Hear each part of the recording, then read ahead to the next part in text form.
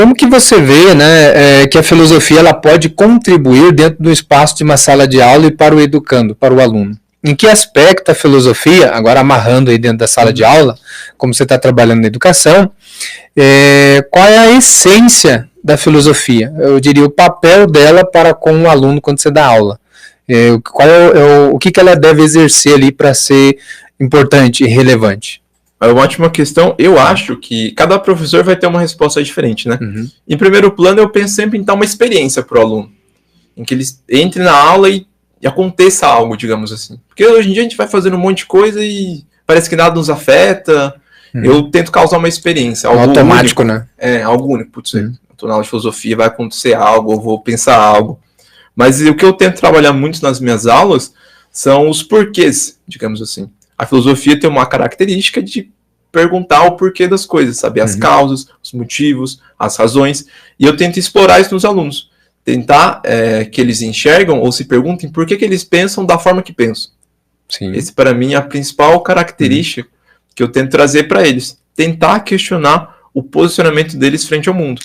A nossa maior dificuldade é que muitas das vezes a gente pergunta alguma coisa para eles e eles respondem porque sim, porque não. Aí eu falo, gente, você está numa aula de filosofia, por favor, né, melhora essa resposta, busca argumentar, defende uma ideia. Seja ela qual for, mas não fala porque sim, porque não. Porque você amarra ali, você fecha, né? Não dá para saber o que Exatamente. Né? Exige, você não permite o diálogo, né? Eu tenho que saber o que você está pensando, o caminho que você está fazendo, né? Então acho que é legal, você, pelo jeito, é essa ideia mesmo, né? Talvez faz um choque, uma coisa diferente ali, uma coisa diferente. É claro que sempre tem algum vídeo, alguma coisa que leva a pensar, porque também não dá para você exigir do aluno um pensamento sem nada. Sim. Você tem que pôr um tema, aí ele vai argumentar, aí a partir desse... Vai desenrolando. Respeitando o conhecimento prévio do aluno, né? Claro. Porque senão você acaba sendo o depositador do conhecimento e ele, né, se esconde ali, né? Sim. Mesmo sendo ainda em curto prazo de tempo, né, embora com o conhecimento aí vasto que você já criou algum bordão dentro das suas aulas? Bordão, a gente sabe, né? Aquilo que a gente fala, ô pessoal, você tem algum? Olha, eu não tenho um bordão ainda, mas eu sou conhecido por ter uma paciência muito grande com meus alunos.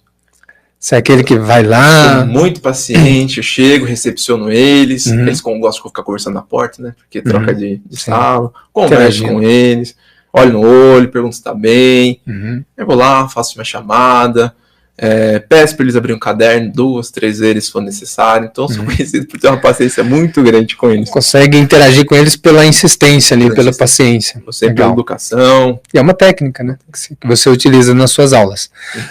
Aqui já vem, que ferramentas tecnológicas você utiliza para dar uma aula diversificada? Que a gente sabe que hoje em dia, depois da pandemia, deu um boom, né? Sim. Agora a gente tem que pelo menos saber fazer um Canva, um slide legal, né, um Kahoot, sei lá, alguma coisa que envolva e atraia e talvez encante o aluno. O que você costuma utilizar como ferramenta tecnológica nas suas aulas? Olha, geralmente, às vezes eu peço para eles fazerem pesquisas, né?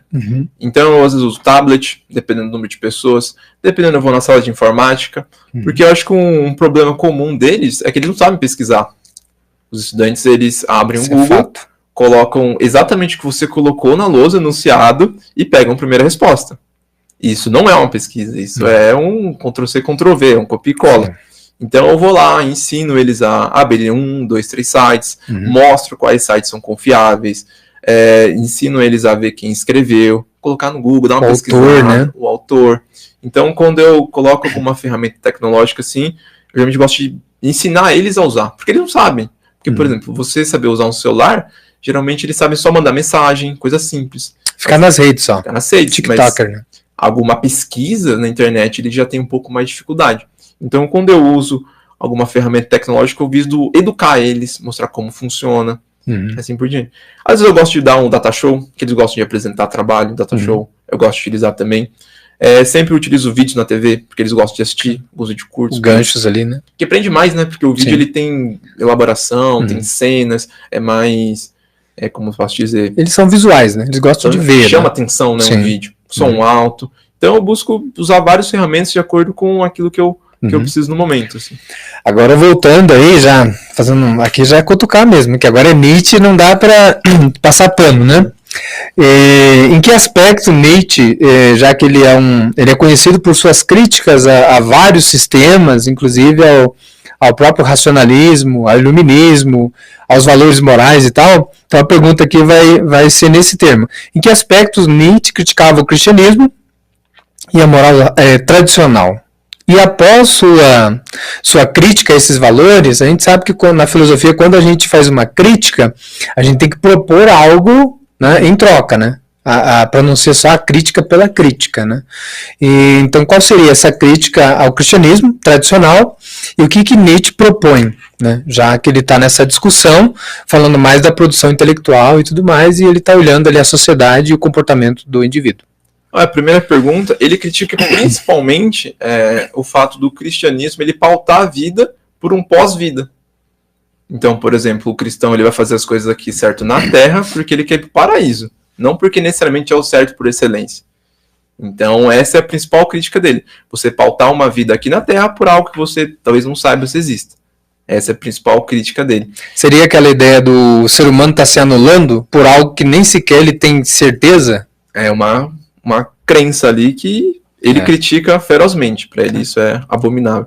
E no lugar disso, né, porque muitas pessoas são cristãs, mas na época dele, hoje talvez um pouco menos, ele vai propor que em vez de a proposta de vida vir de fora, é você que vai ter que criar o seu propósito de vida.